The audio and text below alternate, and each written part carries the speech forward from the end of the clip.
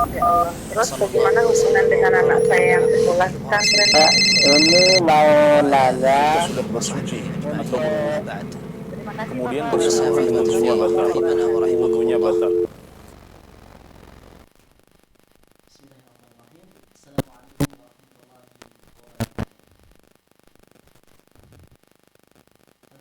Alhamdulillah wassalatu wassalamu ala Rasulillah wa ala alihi wa sahbihi wa mawalah la haula wa la quwata illa billahi amma ba'd.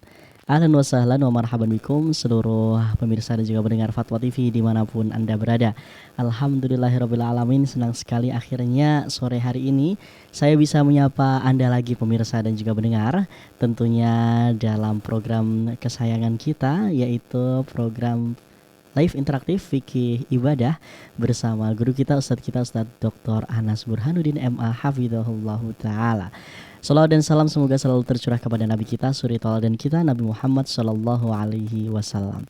Baik pemirsa dan juga pendengar Fatwa TV dimanapun Anda berada, kurang lebih sekitar 1 jam ke depan kita akan bersama-sama menimba ilmu, kita akan bersama-sama mendengarkan nasihat tentunya, atau mungkin motivasi ya, dan juga tentunya mendengarkan jawaban-jawaban dari pertanyaan yang telah masuk dari meja redaksi kami maupun dari pertanyaan yang nanti Anda lontarkan melalui line telepon. Dan alhamdulillahirrahmanirrahim telah bersama kita semua Ustadz Dr. Muhammad atau Ustadz Dr. Anas Burhanuddin MA Hafizahullah Ta'ala di studio Fatwa TV Jember. Kita sapa terlebih dahulu. Assalamualaikum Ustadz. Waalaikumsalam warahmatullahi wabarakatuh. Sehat Ustadz, kabar Ustadz ya? Alhamdulillah saya sehat. Alhamdulillah Ustadz. Tadi di luar hujan, antum di sini bawa payung atau bawa mobil atau nggak bawa apa-apa Ustadz? Bawa payung alhamdulillah, payung, karena Ustadz, ya. rumah cuma 100 meter dari studio. Masya Allah. Bawa mobil malah macet nanti Ustadz. Malah susah parkirnya. Iya Ustadz. Baik, alhamdulillah Ustadz, akhirnya Ana bisa membersamai antum kembali Ustadz. Tentunya tidak hanya Ana tapi juga pemirsa dan juga pendengar rindu Ustadz, insya Allah Ustadz ingin mendengarkan nasihat dan juga ilmu di sore hari insya Allah biidznillah ta'ala Ustadz. Barakallahu fikum. Wafik barakallah. Baik pemirsa dan juga pendengar Fatwa TV dimanapun Anda berada, sebelum kita mendengarkan nasihat singkat atau kita membacakan pertanyaan yang telah masuk, saya ingin memberikan kabar gembira bagi Anda pemirsa bahwasanya selama bulan Ramadan Fatwa TV tetap akan memberikan ilmu kepada Anda semua, yaitu ada perubahan jam tayang live interaktif, yaitu di hari Senin akan ada 3 jam penayangan, yaitu di jam ke-6 atau jam 6 sampai jam 7, yaitu live interaktif bekal seorang muslim bersama Ustadz Dr. Muhammad Arifin Badri MA. Lalu dilanjutkan langsung jam 7 hingga jam 8 ada konsultasi Islam bersama Ustadz Dr. Musyafa Ad-Darini MA Hafizahullah Ta'ala. Lalu di jam 4 atau jam 16 ya, WIB waktu Indonesia Barat ada fikih waris dan konsultasi keluarga bersama Ustadz Nizar Saad Jabal LCMPD. Itu di hari Senin. Di hari Selasanya di jam yang sama atau sedikit ada perubahan, jam 6 sampai jam 7 ada Tarbiyah Islamiyah bersama Ustadz Nafi Zainuddin LCMHI. Lalu di jam 10 sampai jam 11 ada Menjaga Iman bersama Ustadz Dr. Iqbal Gunawan MA. Lalu di sore hari di jam yang sama di jam 4 sampai jam 5 ada live interaktif keimanan, doa dan dzikir bersama Ustadz Dr. Muhammad Nur Ehsan MA.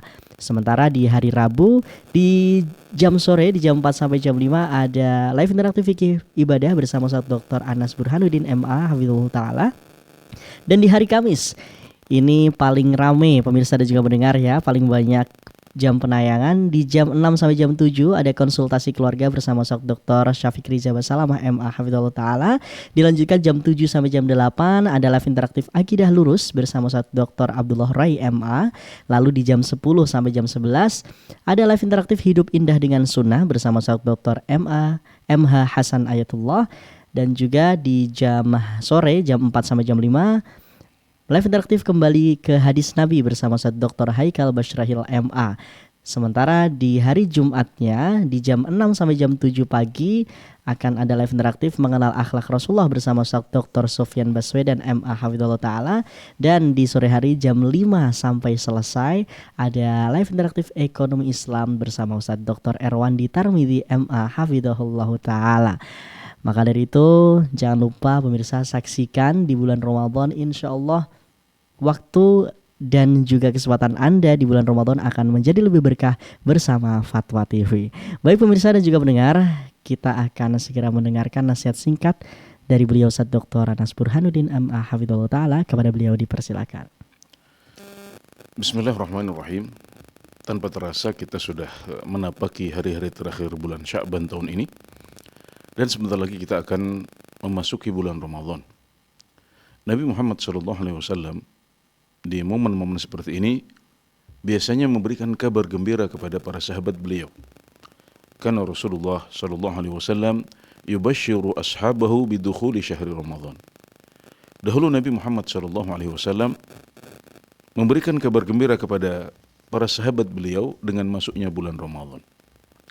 Bagi seorang muslim, mendekatnya bulan Ramadan adalah kabar gembira. Selayaknya kita bergembira dengan mendekatnya bulan Ramadan. Kenapa? Karena kita sadar bahwasanya ibadah adalah tugas utama kita.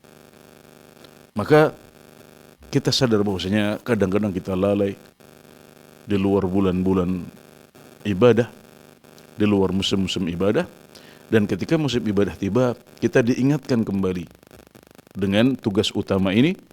Kita juga akan didukung oleh suasana, lingkungan, ya, dan orang-orang yang di sekitar kita yang ikut semarak beribadah dan beramal selama bulan Ramadan. Maka kita ikut terdorong untuk bisa lebih banyak beribadah di bulan Ramadan, sehingga selayaknya seorang muslim bergembira dengan masuknya bulan Ramadan. Bukan sebaliknya malah sedih dengan masuknya bulan Ramadan. Kalau sampai kita sedih dengan mendekatnya bulan Ramadan, maka berarti ada sesuatu yang salah dengan diri kita. Dan insya Allah dengan gembira itu adalah amalan hati yang berpahala besar di sisi Allah Subhanahu wa taala. Dengan demikian kita sudah bisa mendapatkan pahala dari Allah Subhanahu wa taala sebelum masuknya bulan Ramadan. Yaitu dengan bergembira.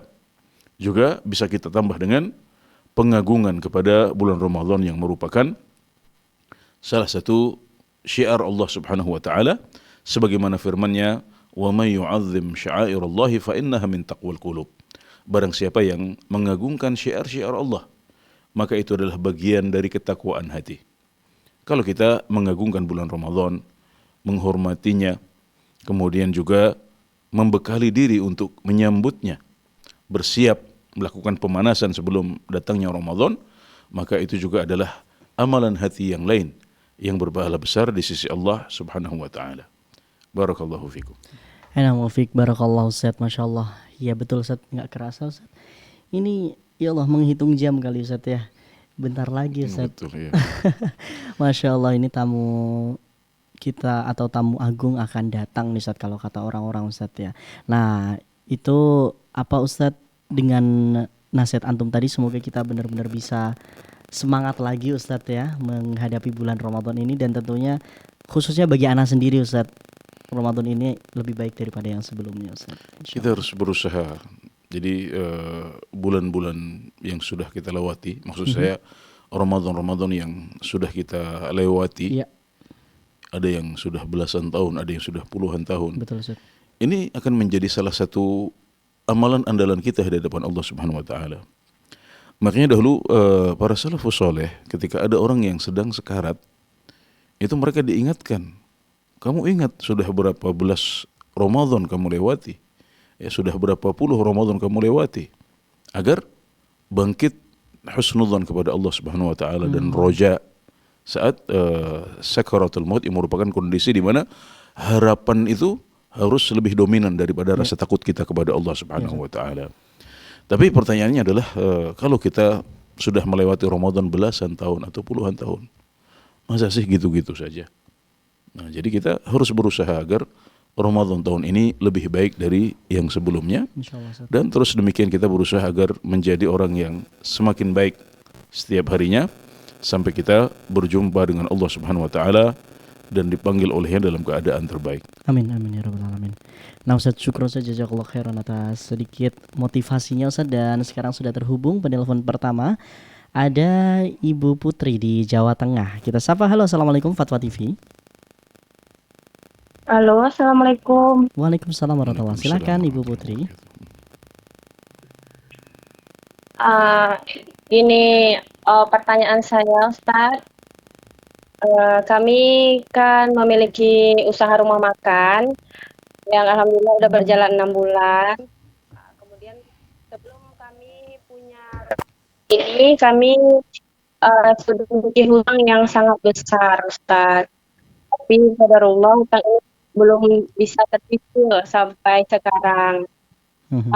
Seumpama jika di bulan Ramadan ini kami berjualan seperti biasa dengan harapan bisa melunasi hutang ini, apakah boleh, Ustaz? Baik. Mohon penjelasannya karena kami mau cara yang baik agar bisa dapat mencari jalan lunasinya, Ustaz. Baik, cukup Ibu Putri ya. Ya, Iya. terima kasih. Baik, silakan Ustaz. Tetap buka warung Iya, selama bulan Ramadan. betul. Jadi untuk niatnya ya melunasi hutang tadi, Ustaz. Oke, ya. Ya, baik. Ya, jadi saat seorang pedagang berjualan di bulan Ramadan, maka kalau dia berjualan makanan, maka dia tidak boleh untuk menjualnya kepada orang-orang yang yaghlibu 'ala dhann, atau kemungkinan besar mereka adalah muslim yang wajib untuk berpuasa. Ya, maka ini yang dipastikan ya. Kita mungkin tidak bisa memastikannya, tapi kita bisa ya melihat dari indikasi-indikasi yang terlihat. Ya, maka kalau misalnya yang banyak lewat adalah para musafirin karena Anda berjualan di jalan yang biasa dipakai untuk safar antar kota ya, dan orang-orang yang lewat sebagian besar adalah musafirin, maka berarti hukum yang ini yang dominan ya, maka berarti al-hukmu lil aghlab ya, hukum itu diberikan kepada kondisi yang lebih dominan ya. Maka tidak masalah tetap membuka warung ya jika yang beli, yang makan di situ adalah orang-orang musafir atau para wanita yang menyusui, orang yang sakit dan lain sebagainya, dan kita yakin ya bahwasanya mereka bukan orang-orang yang sedang bermaksiat kepada Allah Subhanahu wa taala di bulan Ramadan dengan tidak berpuasa. Ya, jadi kita hendaknya tidak memfasilitasi mereka yang bermaksiat kepada Allah dengan tidak berpuasa. Ya, jadi kalau kita bisa memastikan bahwasanya yang makan di situ adalah orang-orang yang tidak bermaksiat kepada Allah Subhanahu wa taala, dalam arti mereka orang yang punya uzur untuk tidak berpuasa ya, seperti anak-anak, kemudian orang yang sudah tua, atau para musafir, atau para wanita yang hamil atau menyusui, atau mereka yang belanja di situ tapi untuk dimakan di rumah nanti untuk buka puasa misalnya. Nah, maka Anda bisa untuk tetap membuka warung Anda. Ya, namun kalau seandainya yang dominan adalah orang-orang yang makan di siang hari bulan Ramadan padahal tidak punya uzur ya, maka ini dikhawatirkan ya bisa menjadi seperti mendukung mereka, membantu mereka untuk bermaksiat kepada Allah Subhanahu wa taala di bulan Ramadan ya. Jadi perlu dilihat ya, mana yang lebih dominan ya. Nah, kalau ternyata yang lebih dominan adalah orang-orang yang tidak punya uzur untuk berpuasa ya, kemudian mereka makan di situ, maka hendaknya kita berusaha untuk menghindari ya. Mungkin kita tidak buka dulu ya, atau buka tapi sore hari untuk melayani orang-orang yang akan belanja untuk buka puasa. Itu lebih hati-hati insyaallah, dan Allah Subhanahu wa taala akan memberkahi ya, dagangan Anda jika pertimbangan itu adalah pertimbangan tidak ingin memfasilitasi orang-orang yang bermaksiat kepada Allah Subhanahu wa taala dengan makan di warung Anda di siang hari bulan Ramadan tanpa uzur. Allah Subhanahu wa taala, Nabi Muhammad sallallahu alaihi wasallam bersabda, "Man taraka syai'an lillah, 'awwadhahu Allahu khairan minhu." Barang siapa yang meninggalkan sesuatu karena Allah, maka Allah akan menggantinya dengan yang lebih baik. Jadi Anda bisa mengubah waktu buka warung juga. Jadi mungkin bukanya dari sore atau dari siang ya, kemudian sampai malam hari ya. Itu lebih baik. Jika memang kondisinya adalah kalau kita buka di pagi hari, maka sebagian besar yang makan di situ adalah orang-orang yang tidak berpuasa tanpa uzur. Nah, jadi bisa dipertimbangkan beberapa hal yang sudah kita sampaikan tadi. Ya, jadi al-hukmu lil aghlab, ya hukum diberikan kepada kondisi yang lebih dominan. Nah, dan tentunya kita tidak bisa tanya setiap orang, Anda puasa apa tidak, Anda punya uzur apa tidak, ya, tapi kita bisa melihat dari indikasi-indikasi yang terjadi di lapangan, maka berdasarkan hal tersebut nanti ibu bisa menentukan sikap. Ya, dan sekali lagi kalau memang kondisinya adalah sebagian besar yang makan di situ orang-orang yang tidak berpuasa tanpa uzur, maka ibu bisa mengubah jadwal bukanya, ya. Bisa dimulai dengan waktu sore atau siang hari, kemudian berlanjut sampai malam, ya, karena di malam hari nggak ada halangan sama sekali. Ya mungkin gaya atau model jualannya agak berubah, ya, karena di malam hari Anda tetap harus buka di bulan Ramadan, ya. Tapi insya Allah di sana akan ada keberkahan dan kemudahan-kemudahan dari Allah Subhanahu Wa Taala karena Anda meninggalkan buka warung di pagi hari karena khawatir untuk memfasilitasi orang-orang yang tidak berpuasa tanpa uzur.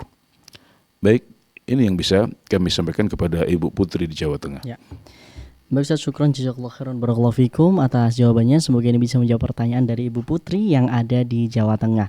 Baik pemirsa dan juga pendengar dimanapun Anda berada, kami masih memberikan kesempatan bagi Anda dan pemirsa dan juga pendengar bagi yang ingin bertanya secara langsung berkaitan dengan fikih ibadah apapun itu pemirsa, ya. Itu Anda bisa menghubungi kami atau menelpon kami di 0331 544 6087 atau Anda bisa menghubungi melalui line WhatsApp di 0821 706087. Sekali lagi di 0821 706087. Kami tunggu pemirsa dan juga pendengar. Baik Ustadz, kita akan memasuki pertanyaan website terlebih dahulu Ustadz. Ini ada pertanyaan dari saudari Nadia Febiola. Pertanyaannya, Assalamualaikum warahmatullahi wabarakatuh. Izin bertanya Ustadz. Ana wanita 42 tahun. Siklus haid ana setiap bulan 7-8 hari. Di hari kelima atau keenam sudah keluar tanda berwarna putih seperti tanda kalau haid sudah bersih. Tapi di hari ke-7 atau ke-8 keluar lagi tanda seperti haid coklat agak kemerahan. Yang mau ana tanyakan, apakah di hari kelima atau ke-6 itu ana boleh mandi wajib lalu sholat? Terus di hari ke-7 dan ke-8 ana tidak sholat lagi atau tetap sholat saja walaupun ada tanda seperti haid? Itu saja Ustaz, mohon penjelasannya. Syukran jazakallahu khairan. Baik, pada dasarnya seorang wanita jika sudah punya siklus haid, maka siklus haid itu tidak banyak berubah dan bisa dijadikan patokan. Maka Nabi Muhammad SAW menyampaikan kepada wanita yang sudah punya kebiasaan haid atau siklus haid untuk merujuk kepada kebiasaannya, ya, untuk bisa membedakan antara darah haid dengan darah yang lain. Tapi kadang-kadang siklus haid ini berubah karena lelah, karena kondisi psikis, karena minum obat, karena sakit, karena minum obat penahan haid, ya, karena minum obat KB misalnya, maka ini bisa berdampak kepada perubahan siklus. Nah, jadi pada dasarnya adalah siklus haid itu tidak banyak berubah dan bisa dijadikan patokan. Ya, maka ketika terjadi kondisi seperti yang ditanyakan, ya, jadi perlu dipastikan apakah cairan yang keluar di hari ke-6 itu benar-benar merupakan al-qassah al-bayda, ya, cairan putih yang disebutkan oleh Nabi Muhammad SAW sebagai penanda selesainya masa haid. Nah, kalau itu benar-benar adalah al-qassah al-bayda atau cairan putih yang biasa keluar sebagai penanda selesainya haid, maka berarti sedang terjadi perubahan siklus pada saudari penanya. Nah, jika sudah bisa dipastikan bahwasanya itu adalah cairan putih yang merupakan penanda selesainya haid, maka berarti dia segera sholat. Karena berarti haidnya sudah selesai dan dia punya kewajiban sholat kembali pada hari ke-6 haidnya itu. Adapun kalau kemudian di hari ke-7, hari ke-8 ya ada bercak ya, atau kudrah ya, warna keruh atau sufrah ya, warna kekuningan atau kecoklatan, maka itu tidak dianggap sebagai haid. Karena menurut para fuqaha ya, warna keruh atau warna kekuningan di luar masa haid tidak dihitung sebagai haid. Sebaliknya warna keruh atau warna kekuningan di masa haid maka itu terhitung sebagai haid. Nah, jadi begitulah penjelasannya. Allahu taala alam. Baik Ustaz, syukran jazakallahu khairan barakallahu fikum. Semoga ini bisa menjawab pertanyaan dari Ibu Nadia yang telah bertanya baru saja. Baik, kita kembali ke penanya selanjutnya. Ada Ibu Nahdiah ya. Ibu Nahdiah di Tangerang. Kita sapa. Halo, assalamualaikum Fatwa TV. Waalaikumsalam warahmatullahi wabarakatuh. Baik Ibu, silahkan dengan pertanyaannya Ibu. Ustadz izin bertanya, wanita biasanya setiap bulan datang bulan. Bila di bulan Ramadan nanti qadarullah akan haid di salah satu dari 10 hari bulan Ramadan terakhir itu, amalan apa yang afdol dilakukan wanita haid, Ustadz? Di mana ingin menghatamkan Quran juga, namun biasanya kalau haid itu kan karena nggak sholat jadi iman turun ya Ustadz ya. Itu bagaimana caranya agar tetap seakan-akan nggak haid aja gitu, tapi amalan apa yang diterima Ustadz? Itu saja, jazakallah khairan. Jazakallahu khairan. Baik, silakan Ustaz. Ya, haid adalah sebuah kondisi yang merupakan ujian bagi para wanita ya. Mereka harus sabar untuk menghadapi kondisi dan kodrat ini. Dan kesabaran menghadapi masa haid ya, dengan berbagai problematikanya, dengan berbagai kesulitannya ya, harus repot untuk membeli pembalut, kemudian diiringi dengan rasa sakit ya, terutama pada masa-masa awal haid. Bahkan juga sebelum haid sudah mulai ada rasa-rasa tidak nyaman, tidak enak. Ya, kemudian mungkin sudah harus lebih sering untuk ke kamar mandi dan lain sebagainya. Itu semuanya berpahala di sisi Allah Subhanahu wa taala. Jadi semua rasa sakit, rasa tidak nyaman, rasa gundah gulana, rasa galau karena haid, ini semuanya dihitung pahala oleh Allah Subhanahu wa taala. Nah, jadi tersenyumlah menghadapi masa haid. Kemudian haid ini hanya menghalangi dari ibadah-ibadah tertentu saja. Haid itu hanya menghalangi dari sholat, puasa, kemudian tawaf, kemudian memegang mushaf, dan i'tikaf. 5 ibadah ini saja yang dilarang saat seorang wanita sedang haid. Adapun ibadah yang lain, baik itu membaca Al-Quran, zikir, ya, kemudian bagi yang sedang umroh atau haji, maka semua ibadah umroh, semua amalan umroh atau amalan haji itu boleh dilakukan oleh seorang wanita yang sedang haid, kecuali hanya tawaf saja.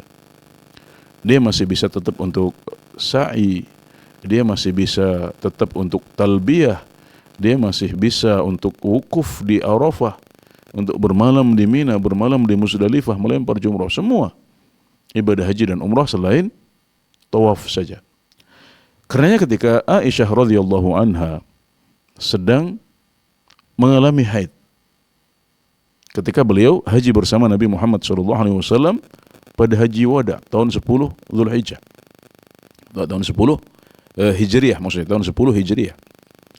Maka Nabi Muhammad SAW mengatakan kepada ibunda Aisyah, if'ali kulla ma yaf'alul hajj ghayra an la tatufi bil bait. Lakukan semua yang bisa dilakukan oleh seorang haji kecuali tawaf di Baitullah saja.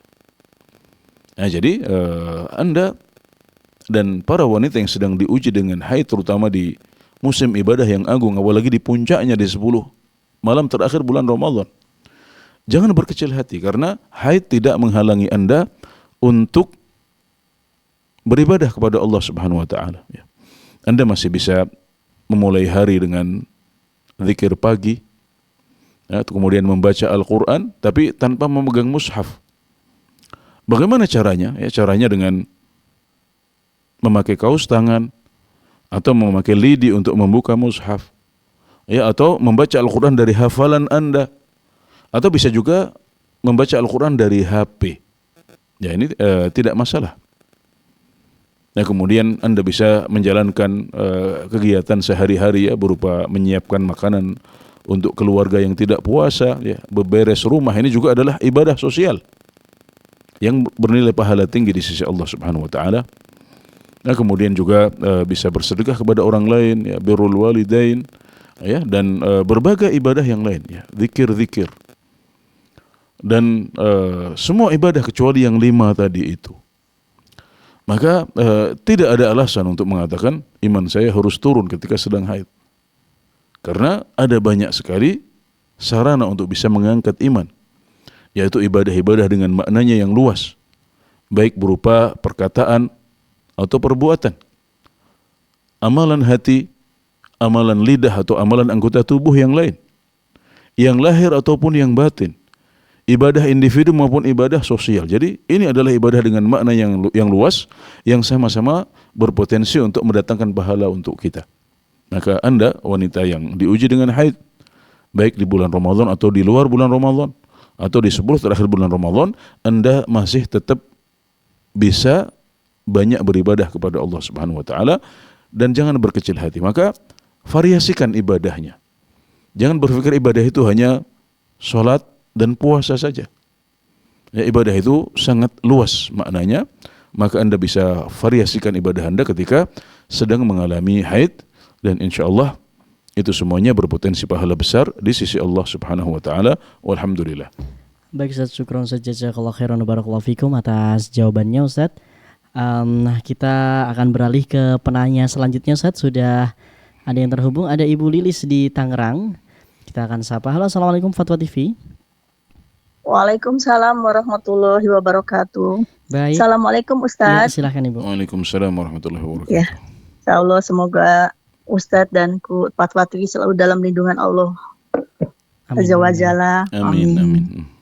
Ya, Ustadz, Ana mau bertanya begini terkait dengan sholat ketika kita mempunyai wudhu ya Ustadz ya, dengan keutamaan yang Masya Allah ya Ustadz ya. Jadi berusaha untuk selain mungkin sholat qobliyah ba'diyah, tetapi untuk mempertahankan ketika kita memiliki wudhu ya Ustadz ya. Namun ada pertanyaan begini Ustadz, ketika kita 10 menit sebelum azan kita tuh memiliki wudhu ya Ustadz ya. Nah itu apalagi terkait nanti bulan Ramadan ya gitu kan. Nah itu kan kita segala macam untuk mempersiapkan hidangan segala macam. Nah ada batasan waktukah ketika kita memiliki wudhu untuk sholatnya, ataukah harus bersegera melakukan sholat wudhu, ataukah boleh ditunggu dulu sampai nanti kita bersama-sama dengan mau ada sholat wajib, kita baru nanti melaksanakan sholat wudhunya begitu. Nah yang Anda pertanyakan, ada berapa batas waktu, ataukah boleh nanti digabungkan dengan ketika kita mau menjelang sholat wajib, yang pasti kita masih memiliki wudhu gitu Ustadz. Okay. Nah itu bagaimana Ustadz ya? Soalnya ada beberapa penjelasan yang harus bersegera katanya gitu, harus bersegera kalau jika ada kita memiliki wudhu, untuk kita sholat wudhu itu harus bersegera wudhu sholat. Nah tapi Ana yang pertanyakan begini, ketika menjelang duhur itu kan ada larangan untuk ketika waktu ya Ustaz ya, dan maghrib pun ada larangan untuk sebelum maghrib itu ada sholat yang nanti menyerupai sholat-sholat atau penyembahan majusi segala macam. Nah mohon penjelasannya Ustadz ya. Syukron jazakallahu khair. Assalamualaikum. Waalaikumsalam warahmatullahi wabarakatuh. Baik Ustadz, silakan Ustadz. Ya, sholat sunnah wudhu atau yang disebut sebagai sholat sunnah tuhur adalah sholat sunnah yang dilakukan oleh seorang muslim atau muslimah ketika dia baru saja berwudhu. Ya maka disunahkan untuk segera melakukan sholat sunnah 2 rakaat. Karena ini disebut sebagai sholat sunnah wudhu atau sholat sunnah tuhur. Ya, tuhur artinya adalah wudhu. Yang terbaik adalah segera melakukannya. Tapi kalau ada larangan, ya, misalnya wudhunya adalah 10 menit sebelum terbit matahari, ya, atau 10 menit sebelum terbenam matahari, maka tentunya tidak boleh sholat pada waktu seperti itu. ya, diakhirkan dulu ya nanti sampai nanti masuk waktu maghrib. Kemudian sholat sunnah wudhunya bisa digabungkan dengan sholat sunnah qabliyah maghrib. Kemudian yang setelah terbit matahari, ketika matahari sudah agak naik, ya bisa digabungkan ya dengan sholat sunnah duha atau sholat sunnah syuruk misalnya. Jadi sholat sunnah wudhu ini adalah termasuk sholat sunnah yang bisa digabungkan dengan niat yang lain. Ya bisa digabungkan dengan sholat sunnah rawatib, atau bisa digabungkan dengan tahiyatul masjid, bisa digabungkan dengan sholat sunnah duha. Ya, jadi kalau ada waktu larangan maka tidak boleh sholat pada waktu itu. Ya, tunggu dulu nanti sampai waktunya lewat. Baru kemudian ketika waktu larangan sudah lewat, ya kita masih bisa untuk melakukan sholat sunnah wudhu. Jadi kalau memang tidak ada sholat sunnah yang lain yang bisa digabungkan, maka bisa niatnya adalah sholat sunnah wudhu saja. Jadi meskipun sudah ada jeda ya 10 menit. Nah 10 menit ini kan karena ada larangan. Nah, maka tidak masalah mengakhirkan 10 menit ya. Kemudian setelah itu baru sholat wudhu ya. Padahal mungkin wudhunya sudah kering. Nah, tidak masalah karena kita mengakhirkannya karena memang ada larangan pada waktu itu. Demikian juga kalau misalnya bukan waktu larangan tapi harus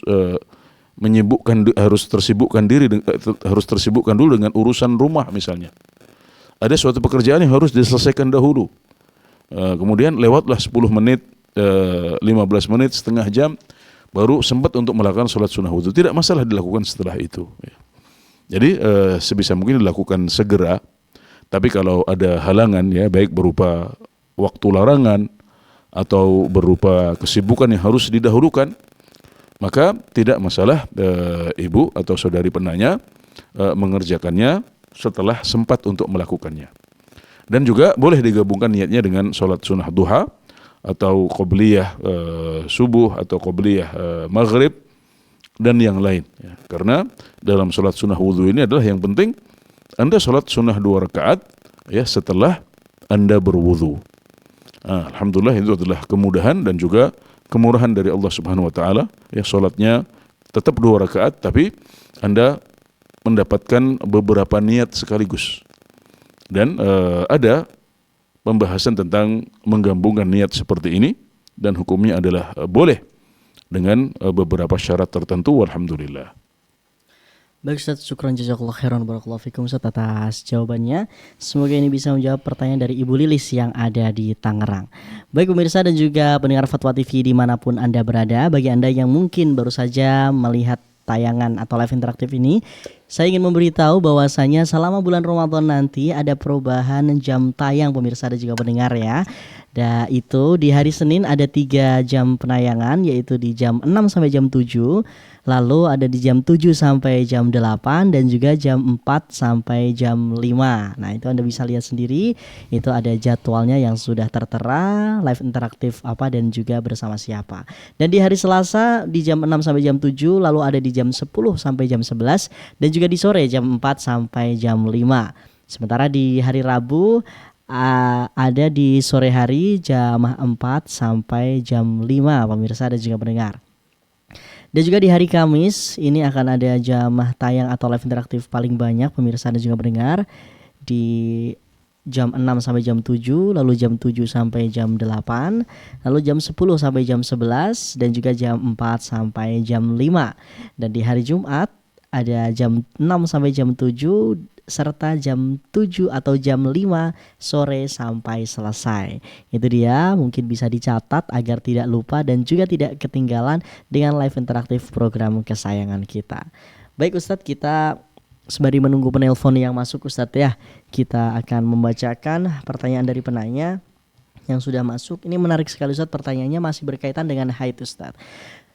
Assalamualaikum warahmatullahi wabarakatuh. Ustadz, afwan, ana mau bertanya, apakah sudah disebut balik seorang perempuan ketika usianya sudah 23 tahun tapi dia belum pernah menstruasi atau haid sama sekali, dan apakah dosa-dosa orang tersebut yang dia lakukan masih ditanggung oleh ibunya? Karena ada yang bilang seperti itu Ustaz. Syukran jazakillah khairan. Ya, baik. Yang pertama kita sampaikan bahwasanya seseorang tidak menanggung dosa orang lain.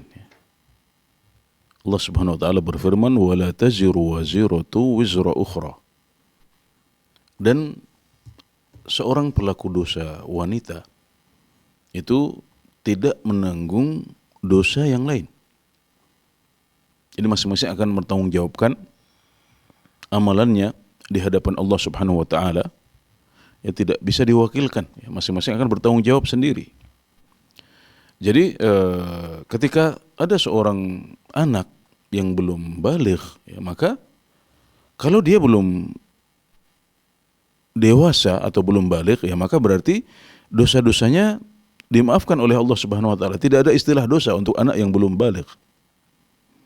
Ya, jadi mereka adalah orang-orang yang rufi'a anhul qalam.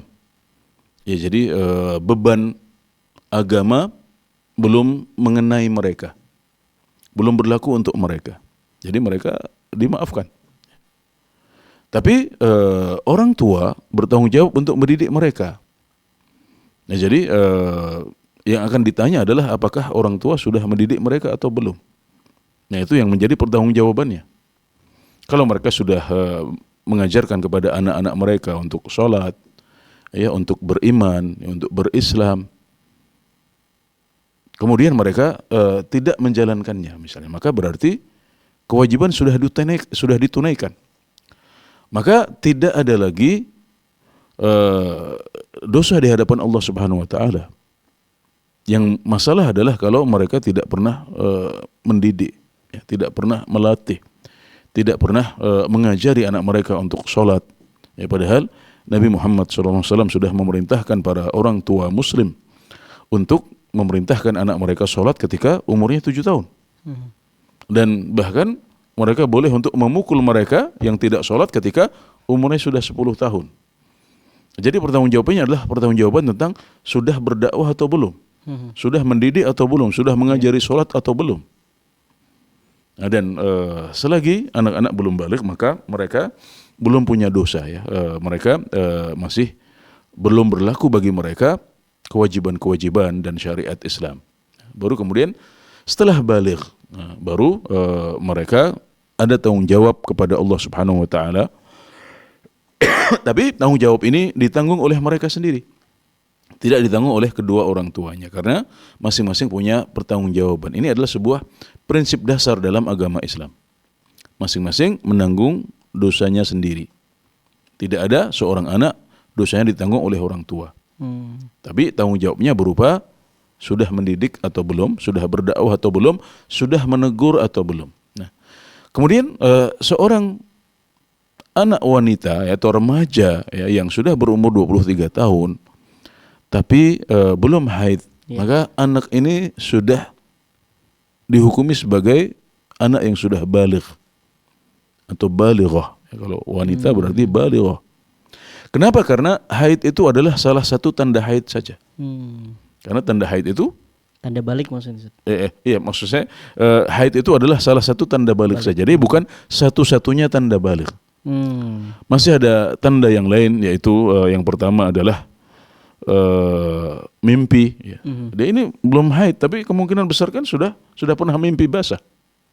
Afwan, Ustaz, perempuan juga. Wanita, iya, wanita ada mimpi basah. Mana baru tahu, Ustaz. Kemudian yang kedua adalah tumbuhnya rambut kasar pada kemaluan. Ya. Nah, ini juga kemungkinan besar sudah terjadi pada anak wanita yang sudah berumur 23 tahun ini. Dan tanda yang ketiga adalah mencapai umur 15 tahun. Ya, jadi kalau salah satu dari 4 tanda ini sudah terjadi, maka itu sudah cukup untuk menghukumi seorang anak bahwasanya dia sudah mencapai usia baligh. Ya, jadi sekali lagi, yang pertama adalah mimpi basah, kemudian yang kedua adalah tumbuhnya rambut kasar pada kemaluan, kemudian yang ketiga adalah mencapai umur 15 tahun, dan yang keempat adalah tanda khusus wanita, yaitu haid. Ya, jadi haid adalah salah satu tanda baligh saja. Maka kalau seorang remaja, ya, sudah berumur 23 tahun tapi belum haid, kita bisa pastikan bahwasanya anak tersebut atau remaja tersebut sudah baligh. Ya. Dia sudah baligh, maka berlaku baginya kewajiban-kewajiban agama dan dia sudah punya pertanggungjawaban sendiri di hadapan Allah Subhanahu wa taala. Baik. Syukron saja, jazakallahu khairan wa barakallahu fikum. Semoga ini bisa menjawab pertanyaan dari penanya yang telah bertanya di sore hari ini melalui website. Baik pemirsa, masih ada sedikit waktu pemirsa bagi Anda yang ingin bertanya secara langsung di sore hari ini bersama Ustadz Dr. Anas Burhanuddin MA Hafidhullah Ta'ala. Anda bisa menghubungi kami tentunya pemirsa di 033154460087 atau Anda bisa menghubungi nomor line WhatsApp di 0821 706087. Sekali lagi di 0821 706087. Anda bebas bertanya seputar fikih ibadah di sore hari ini kepada Ustadz Anas Burhanuddin. Baik Ustadz, kita akan kembali ke pertanyaan website Ustadz sembari menunggu penelpon yang masuk. Ini masih tentang haid juga Ustadz, izin bertanya, kenapa di saat kita rajin ibadah kepada Allah dan banyak melakukan amalan dimulai dari yang wajib hingga yang sunnah, tapi setelah itu kita berhalangan atau haid Ustadz? Apakah itu termasuk ujian ya Ustadz? Syukran jazakallahu khair. Ya, baik. Ini pertanyaannya mirip dengan pertanyaan ibu yang dari Tangerang tadi. Ya. Jadi ketika seorang wanita sedang bersemangat untuk beribadah dan merasa imannya naik, ya tiba-tiba dia diuji dengan darah haid yang keluar. Nah, maka kadang-kadang kondisi seperti itu membuat seorang wanita muslimah itu agak down, ya gitu, agak kecewa, ya sehingga akhirnya dia banyak berkurang ibadahnya selama dia haid itu. Ya, jadi perlu kami ingatkan bahwasanya haid adalah kodratnya wanita. Ya, wanita diuji dengan keluarnya darah haid ini dengan berbagai problematikanya, ya, dengan berbagai kesulitannya. Ya, harus menyiapkan pembalut, ya harus bolak-balik kamar mandi, harus menahan nyeri terutama pada saat-saat puncak. Ya, maka ini semuanya adalah ujian bagi wanita muslimah dan mereka harus bisa sabar menghadapi ujian tersebut. Dan ingat bahwasanya kesabaran dalam menghadapi ujian haid ini bernilai pahala di sisi Allah Subhanahu wa taala, karena kesabaran adalah amalan hati dan berpahala besar di sisi Allah Subhanahu wa taala. Kesabaran adalah salah satu amalan yang utama, ya amalan hati yang utama. Allah memberikan pahala kepada orang-orang yang sabar tanpa batas. Maka hadapi masa haid dengan senyum. Memang ada kesulitan, ada hal-hal yang kurang nyaman. Tapi ingat bahwasanya di balik semua itu ada pahala di sisi Allah Subhanahu wa taala. Karena Nabi Muhammad SAW menjelaskan bahwasanya apapun yang mengenai seorang muslim berupa rasa sakit, rasa gundah, rasa resah, rasa tidak nyaman, ya, kemudian kepikiran dengan masa depan, ya sedih dengan musibah yang menimpa. Bahkan kalau dia terkenai duri ketika berjalan di suatu tempat, maka itu semuanya berpahala di sisi Allah Subhanahu wa taala, ya, dengan syarat ada ihtisab di situ. Kita ihtisab. Insyaallah ini berpahala, ya, ini mengurangi dosa, ini menggugurkan dosa dan mengangkat derajat. Maka dengan sabar dan ihtisab itu kita mendapatkan pahala di balik semua kesulitan dan rasa tidak nyaman itu. Kemudian juga perlu kita pahami bahwasanya haid tidak menghalangi kita dari sebagian besar ibadah. Haid tidak menghalangi Anda untuk tetap beribadah dan tetap memiliki iman yang terus naik dan tinggi. Karena haid hanya menghalangi Anda dari sholat, kemudian puasa, kemudian tawaf bagi yang sedang haji atau umrah. Yang keempat adalah memegang mushaf. Dan yang kelima adalah i'tikaf. Hanya 5 amalan ini saja yang dilarang selama Anda haid. Maka Anda bisa terus menjalankan ibadah. Semua ibadah, ya, dengan maknanya yang luas. Anda bisa tetap melakukannya. Anda bisa tetap membaca Al-Quran, tapi dari hafalan Anda. Atau membaca Al-Quran dengan mushaf, tapi dengan memakai kaos tangan. Atau memakai lidi untuk membuka mushaf, tetap tidak masalah. Atau membaca Al-Quran dengan ya, membaca Al-Quran dengan HP. Boleh bagi wanita yang haid.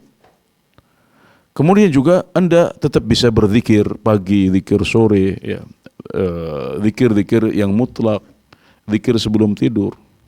Kemudian juga ibadah-ibadah sosial berupa birrul walidain, membantu keluarga, ya, silaturrahim. Ya, maka tidak ada alasan bagi seorang wanita haid untuk berkurang pahalanya selama masa haid. Ya, jadi merasa down, ya, untuk kemudian akhirnya kecewa dan menjadi malas beramal, ini adalah sebuah persepsi yang salah.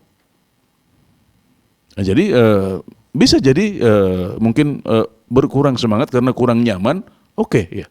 Tapi jangan sampai tidak beramal sama sekali atau amalannya menjadi turun banyak. Ya, jadi berkurang sedikit karena kurang nyaman, karena ada rasa sakit, itu manusiawi. Tapi ingat bahwasanya Anda tetap butuh untuk bisa menambah bekal akhirat. Jadi terus tambah, ya, dan lakukan amalan-amalan yang tidak terhalangi oleh kondisi haid Anda. Maka insya Allah dengan begitu Anda bisa tetap semangat, ya, untuk beribadah kepada Allah Subhanahu Wa Taala dan tetap memiliki iman yang tinggi meskipun sedang haid. Barakallahu fiik.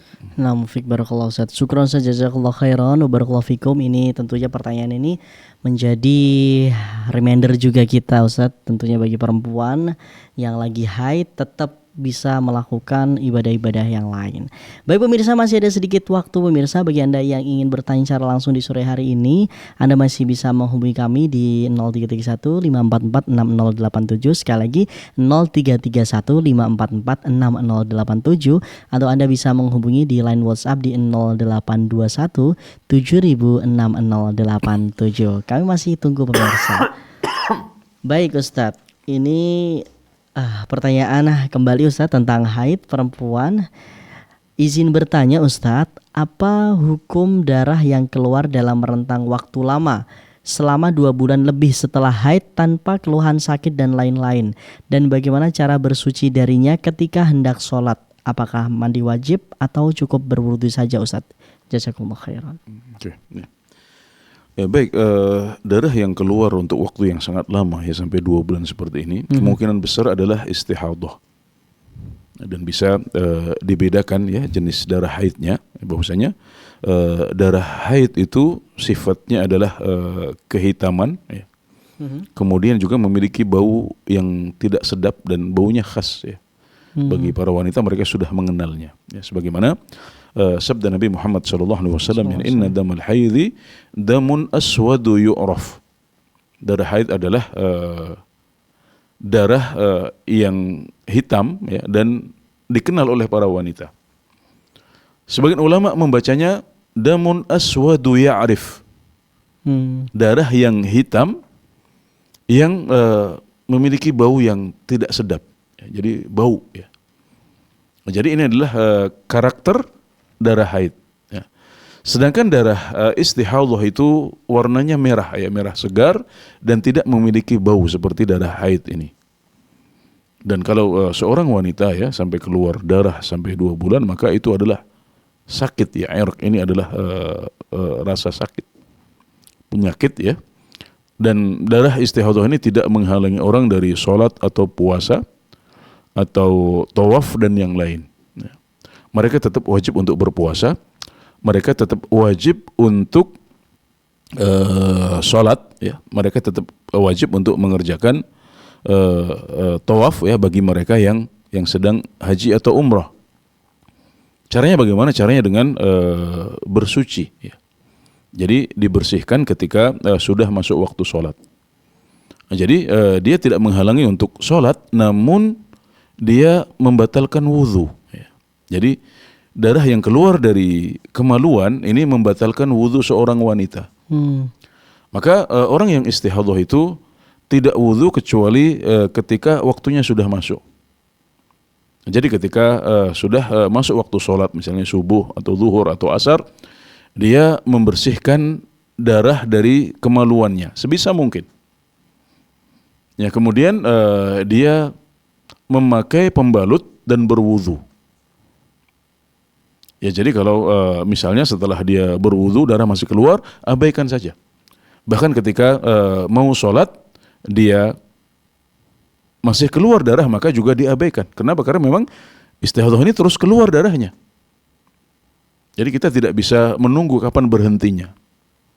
Ya, maka ini seperti orang yang sedang kondisi salasul baul, ya, orang yang sedang kondisi beser.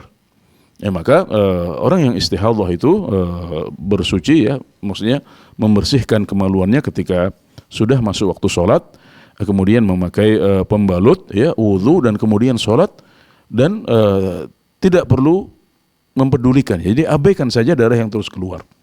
Maka wudu Anda sah, kemudian sholat Anda sah, dan wudu Anda tidak batal meskipun darah terus keluar. Nah, jadi itu yang harus dilakukan setiap masuk waktu sholat. Jadi tidak ada kewajiban untuk mandi sampai nanti ketika sudah mandi itu ketika selesai haid, ya. Jadi kalau istihadhah nggak ada urusannya dengan mandi. Nah, ada beberapa hadis, ya, tentang istihadhah yang mewajibkan mandi, tapi hadis-hadis ini lemah, ya. Jadi seorang wanita yang istihadhah cukup untuk berwudu saja. Kewajibannya hanya wudu saja setiap waktu sholat setelah membersihkan kemaluannya setiap masuk waktu sholat. Jadi hanya itu saja, ya, yang menjadi kewajiban dia. Baik, ada satu poin tadi yang saya menjadi teringat, ya, ketika menjawab pertanyaan yang terakhir ini, yaitu kembali kepada wanita yang sudah umur 23 tahun tapi dia belum haid tadi, ya. Ya. Jadi para ulama menyebutkan bahwasanya kondisi seperti itu sudah baligh. Karena dia paling tidak sudah mencapai umur 15 tahun. Kemudian juga kemungkinan besar dia sudah pernah mimpi basah, dan juga kemungkinan besar dia sudah punya rambut kasar yang keluar di kemaluannya. Nah, kemudian ada satu tambahan dari para ulama tentang permasalahan ini adalah bahwasanya wanita tersebut berarti dia sakit, ya. Ini adalah kondisi kesehatan yang tidak normal. Ya, maka dia dianjurkan untuk berobat dan bertanya kepada ahlinya, ada masalah apa, kenapa umur 23 tahun kok belum haid, ya. Nah, berarti ada permasalahan di kesehatan, dan insya Allah itu bisa dikonsultasikan dengan para ahlinya, ya. Fas'alu ahla dzikri in kuntum la ta'lamun, ya. Bertanyalah kepada para ulama kalau kalian tidak mengetahui. Dan tentunya untuk permasalahan seperti ini yang menjadi referensi adalah para dokter dan para pakar kesehatan. Ya. Baik Ustaz, syukran saja, jazakallahu khairan wa barakallahu fikum Ustaz atas jawabannya. Dan mungkin ini satu pertanyaan lagi Ustaz sebagai pertanyaan penutup. Ada Aan Andika di Lampung Ustaz. Pertanyaannya, Assalamualaikum Ustaz, izin bertanya, bolehkah membayar fidyah ibu menyusui diberikan hanya kepada satu orang? Jazakallahu khairan. Ya, membayar fidyah kepada orang miskin karena tidak berpuasa, ya, karena menyusui, itu boleh diberikan kepada satu orang miskin saja. Kenapa? Karena Allah Subhanahu wa taala berfirman, wa 'alal ladzina yutiqunahu fidyatun ta'amu miskin. Dan untuk orang-orang yang dibebani berpuasa kemudian mereka tidak mampu untuk melakukannya, maka hendaknya mereka memberikan fidyah dengan memberi makan kepada satu orang miskin. Yaitu untuk satu hari yang mereka tinggalkan. Untuk setiap hari yang satu tinggalkan untuk setiap hari yang ditinggalkan, maka ada kewajiban membayar fidyah, memberi makan kepada satu orang miskin. Nah, jadi tidak ada ketentuan harus 10 orang atau harus 30 orang. Nah, seperti yang disyaratkan oleh Nabi Muhammad SAW dalam kafarah jima di siang hari bulan Ramadan misalnya. Ya, beliau menyebutkan it'amu sittina miskinan, ya. Memberi makan kepada 60 orang miskin. Nah, itu untuk beberapa kafarah yang memang disyaratkan harus ada jumlah tertentu. Misalnya 60 orang atau 10 orang akan disebutkan. Nah, sementara untuk fidyah puasa ini tidak ada ketentuan harus mencapai jumlah tertentu. Maka kalau seorang wanita yang menyusui dia meninggalkan puasa sebanyak 10 hari misalnya, maka dia membayar fidyah sebanyak 10 kali 600 gram, ya, atau 10 kali 625 gram. Ya, atau 10 paket makan yang diberikan kepada orang miskin, dan boleh diberikan kepada satu orang miskin saja. Boleh juga dia membaginya kepada 10 orang masing-masing satu paket, atau kepada 5 orang masing-masing 2 paket. Ya. Jadi ini ada fleksibilitas karena Allah Subhanahu wa taala tidak menyebutkan jumlah tertentu. Yang penting memberi makan kepada orang miskin. Ya, dan para ulama, ya sebagian ulama memasukkan wanita yang haid atau yang menyusui dalam keumuman ayat yang saya sebutkan tadi, wa 'alal ladzina yutiqunahu fidyatun ta'amu miskin. Ya, jadi hukum yang sama berlaku untuk para wanita yang haid dan menyusui, sebagaimana hukum tersebut berlaku bagi orang-orang yang sudah tua dan tidak mampu untuk berpuasa lagi, atau mereka yang sakit menahun dan tidak diharapkan bisa sembuh dari sakit mereka. Ya, jadi seperti itu, ya ada fleksibilitas, silahkan bisa diberikan kepada satu orang miskin atau 3 atau 5 atau 10 orang, karena memang tidak ada batasannya. Walhamdulillah. Baik Ustaz, syukron saja, jazakallahu khairan, barakallahu fikum Ustaz atas jawabannya dan pertanyaan itu sekaligus menutup perjumpaan kita di sore hari ini Ustaz. Kami ucapkan syukron jazakallahu khairan Ustaz atas waktunya di sore hari ini sudah membersamai kami, membersamai kita semua tentunya pemirsa dan juga pendengar, dan semoga ilmu yang antum sampaikan Ustaz menjadi pahala jariah bagi antum insyaallah taala. Dan juga pemirsa, alhamdulillahirabbil alamin, akhirnya usai sudah perjumpaan kita di sore hari ini di live interaktif Fikih Ibadah. Kami ucapkan syukron jazakumullah khairan bagi Anda pemirsa dan juga pendengar yang sudah menyimak dari awal hingga akhir acara ini.